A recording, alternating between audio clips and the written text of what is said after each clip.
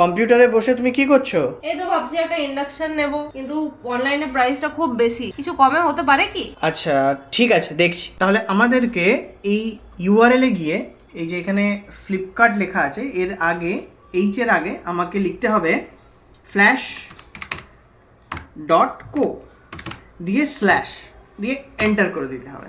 এবার এন্টার করে দিলে একটা নতুন পেজ ওপেন হবে এবং এখানে প্রাইসিং লিস্টে চলে আসবে।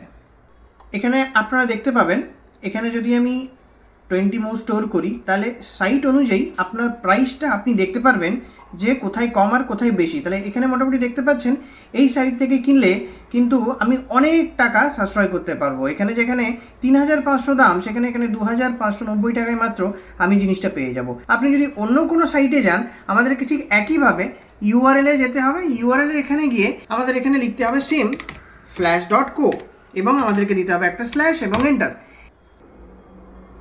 এখানেও দেখতে পাচ্ছেন আমি যদি এখানে 12 মো স্টোর করি তাহলে দেখতে পাচ্ছেন অ্যামাজন, ফ্লিপকার্ট, বিভিন্ন ধরনের সাইটে, এবং এখান থেকে আপনি দেখতে পারবেন কত মার্জিন অবধি আপনি এখানে সাশ্রয় করতে পারবেন। তাহলে এই ট্রিক্সটি কাজে লাগিয়ে যখনই আপনি এবারে কোনো কিছু কিনবেন এই ট্রিক্সটি একবার কাজে লাগাবেন।